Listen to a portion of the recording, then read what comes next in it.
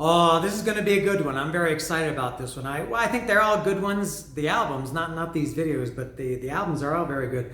This is episode 8. This is one that I'm very excited about. As I said, I like them all, but I'm really into this one. This is Dangerous Toys. Their debut self-titled 1989 album from Dangerous Toys. I'm gonna go on record as saying this might be of that genre, of that era, whatever you want to call it.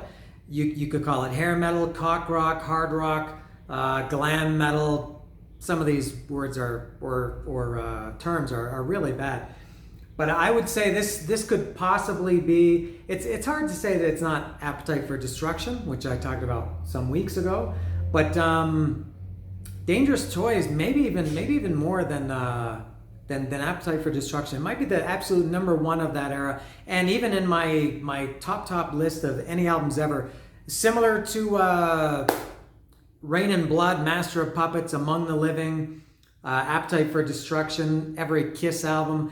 I know this Dangerous Toys album better than anything. I know every tiny little nuance of it.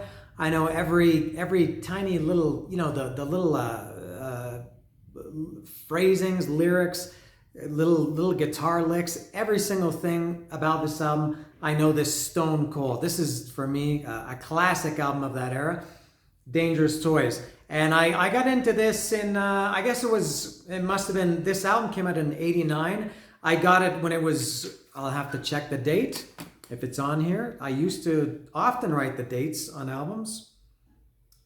Oh, this one doesn't have it. It does have it. Usually I would have written it on the last page, but I didn't write it here.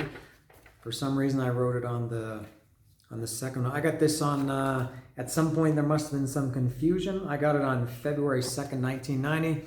So I guess I had heard it at some point in '89. There was a video for the opening track was Teasin' Pleasin', and there was a video for that one, and I loved it. To me, Dangerous Toys was at that time in '89, '90. The pretty boy bands were kind of falling by the wayside. I think people weren't interested in. I think Guns N' Roses changed it. People weren't interested as much in Poison and Cinderella and Bon Jovi as they were in the more. I'm not sure how to say it, grittier, I guess. As I said, I think Guns N' Roses was responsible for that. So I think people liked more, Guns N' Roses, Faster Pussycat, Dangerous Toys. Who else? Salty Dog. It wasn't as pretty as some of the other bands I mentioned, Poison and Cinderella, Britney Fox, stuff like that. And so this was really, really, really right down the middle of my musical wheelhouse. I loved it. They were, they had long hair, and they had an image, but it wasn't a pretty boy image. It was more like a metal image. These guys were a little bit, you can't say heavier than the other bands, because they weren't really a heavy band, but they were maybe just more real. But this album, when this came out, this was probably my most listened to album of 1990, maybe of the 90s. That's why I know it so well. And so looking at it now, yeah, Teasin' Pleasin', that was, I guess, as close as Dangerous Toys ever came to a hit. Unfortunately, Dangerous Toys came out a little bit late in the game to have a huge impact. I think this album did go gold.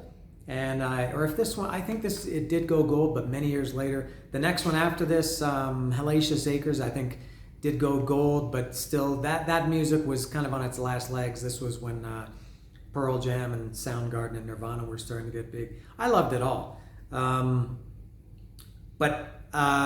going back to this Teasin' Pleasin', and then the next one came out, which was Scared, which was the second song, and it was also, there was a video for that. I'm not sure if I bought this album after I heard that, but I thought this band is like my number one band that I've ever heard at that point. Scared was I guess like a tribute to Alice Cooper. The lyrics were about I'm not sure if they were about Alice Cooper, but maybe about his music. Who is the man in the white vest? I'm getting nervous, becoming a mess. Is he the doctor's man to take me away, or the same damn demon from yesterday? Waking up is virtually impossible. Something in the story won't let me go. You know, I'm shaking and I'm feeling sick. I guess I'm going to need a doctor quick. Mama's lay some whiskey on the top shelf. Somebody got caught up in their dreams. Somebody got caught up in my dreams. Monsters on my right and cobwebs on my left. Scary man standing right in front of me. Hey man, I think I like being scared, and I wish you all were there. Man, I really wish I lost it.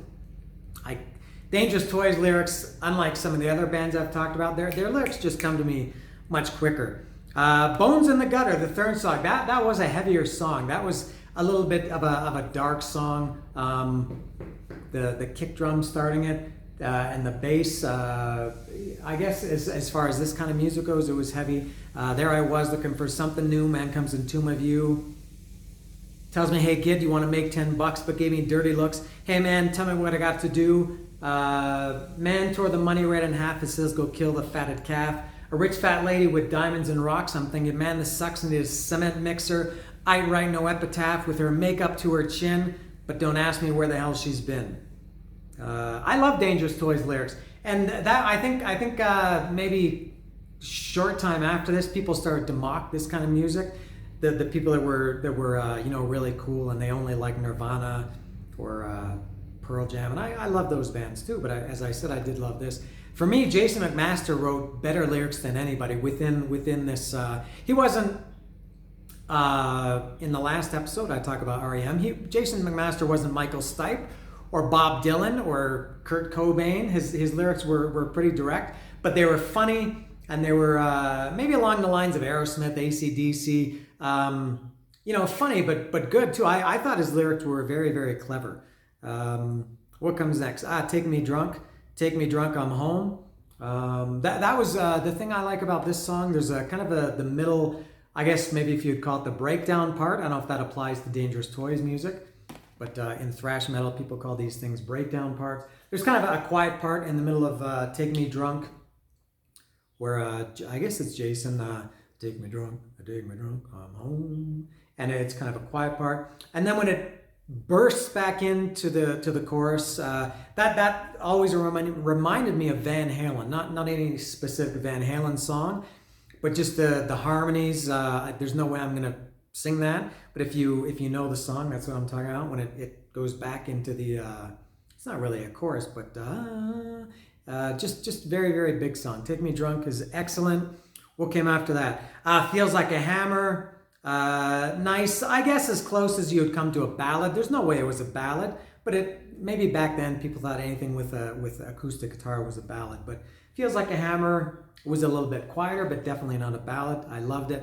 Sportin' a Woody, my friend Ron McNeil. This was a friend of mine back then. This was a little bit after high school. He didn't like the kind of music that I did. Usually you had friends that you all liked back then. You chose your friends based on music. And my friend Ron didn't like this kind of music at all, but he loved Sportin' a Woody. He used to sing that song all the time. How does that one start? Well, there's women in the city that make me feel shitty and some that make me pack a wad. But the ones that are fine will never be mine. They won't even give me the time of day. I ain't got no money, ain't got no home. Gotta find me a bim to live with the night. Sportin' a Woody when you're walking by. Sportin' a Woodies when your titties fly. Sportin' a Woody, ripping my fly. Sportin' a Woody till the day I die. Don't know what I'm gonna do. I can't stop looking at you because you're sure looking nice to me. Well, I wish you were sedated so I could at least penetrate you for an hour, maybe 3. That wouldn't work now. Me too. Hashtag me too. You can't talk about penetrating a woman while she's being sedated for 3 hours. But that's how music was back then. It was a lot of fun. Sportin' a Woody is fantastic. Queen of the Nile. I could say this about every song, and I'm not going to read or say the lyrics of every song. Love Me Like an Earthquake. There's one. Queen of the Nile. Outlaw. That was a little bit heavier too. Good times, bad times, hard times the same. I live my life same as Jesse James. Here Comes Trouble. Gonna burst your bubble. Nothing's for free. Got veins of wire. Hey, got some speed. I'm bad luck. Ain't worth a fuck. 10 Boot Stompin'. And I haven't talked about my favorite song on this album yet because I'm not sure if I have a favorite song on this album.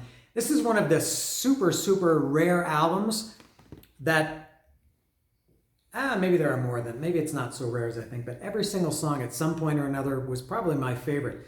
But I would say in the last, I don't know, couple of years, 10 Boots, or 10 Boots subtitled A Stompin', is that how they wrote it? Stompin', 10 Boots, and then Stompin' in parentheses. And I think Jason didn't write that one. I think that was Scott Dahlhofer or Mike Watson that wrote the lyrics to that one. Words, Watson, Mike Watson wrote that one. That's a very fun song. 10 Boots. What's the start? Once I just need a thread to hold on to. 10 boots, battered and a beaten, holes in our souls, weathered where the desert has eaten. But they're holding out and they're so easy fitting, just a few holes where the rattlesnakes have bitten. They ain't too fancy and they're just a little dirty, but they mean a lot to us. We think they're awful pretty. We wear them all the time from morning to night. If you want to take them from us, then you're in for a fight. No, we wouldn't trade for whiskey or a lover. They've taken us further than either of the other. And when we're gone, we won't be caring. 6 feet under, you know what we'll be wearing. I gotta finish it. I lost my spot. And when we're gone, we won't be caring. 6 feet under, you know what we'll be wearing. 10 boots rolling and a romping, 10 boots stomping and a kicking up a cloud of dust, a mighty hi-ho silver, 10 boots ain't a stomping. My boots and me, oh, we're never knowing from day to day just where we'll be a-going. Down a dusty road or riding on a rail, loving or a fighting, they'll never fail me. That's my favorite song in recent times. And the last song is That Dog, a little bit of an AC/DC vibe to that song, to That Dog. But man, oh man, this album is just, I mean, if you don't like this kind of music, you're not going to like this album. But this one maybe was one that got maybe lost in the shuffle when everybody was making that transition from this kind of music to Pearl Jam and Nirvana. I think this maybe some people overlooked this album, but this is I don't know what else I can say about this. And I did love all their albums after this. I'm a huge Dangerous Toys fan. I did Broken Teeth's catalog last year in the summer maybe, and I, you know, at the probably if you combine and all of Jason McMaster's projects, and I knew him first from this, but then, you know, he did Watchtower before this, and since this he's done Broken Teeth, Godzilla Motor Company, Igniter, oh god, I don't know how many cover bands. He did Sick, which was a Kiss backwards cover band, Sad Wings, Judas Priest cover band, Big Balls, AC/DC cover tribute, I guess I should say. Kill 'Em All, Metallica. He played bass and sang in that one. But it's Killa, Killa, and then Maul like Darth Maul. Kill 'Em All, not Kill 'Em All like the Metallic album title.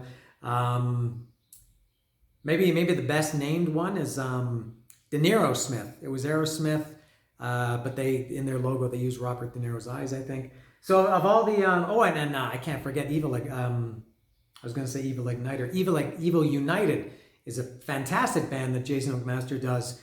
But I would say the Dangerous Toys and Broken Teeth are probably the most similar. And if you took all their albums together, I guess that's Dangerous Toys has 4 or 5 and Broken Teeth has 5 or 6.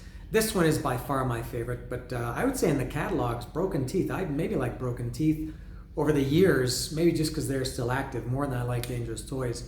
But nothing in my mind that Jason McMaster, all the great things he's done, and I love almost all of them, this tops them all. Yeah, and amazing, I never saw Dangerous Toys live or any of Jason's projects. I never saw, I've never seen Broken Teeth, I've never seen Igniter. You know, they're not, most of these newer bands, they're not real active touring bands, not just because of COVID, but because, you know, there's not touring now these days. It's not like it was back then. But I never did see Dangerous Toys live. I only remember them ever coming to Toronto once. That was on the Operation Rock and Roll tour, which was in '91 with, that was Judas Priest, Motorhead, Dangerous Toys, Metal Church, and Alice Cooper. I'm not sure why I didn't go to that, because I was a huge, and still am a huge Motorhead fan, as you may know.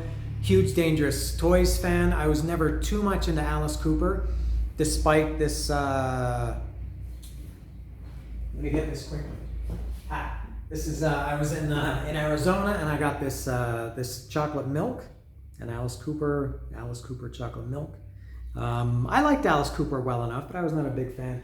And it's maybe surprising, I was never a huge Judas Priest fan, so I skipped that tour. That was my only chance to see Dangerous Toys. I don't think they ever played Toronto before or after. Broken Teeth did play Hamilton, Ontario, which was close to Toronto, close to where I live, but that was after I'd already moved to Mexico. So one of these days, I will see Jason McMaster hopefully do one of his things live. If it's going to be anything, I guess it's going to be Broken Teeth. Maybe they can come on down to Mexico.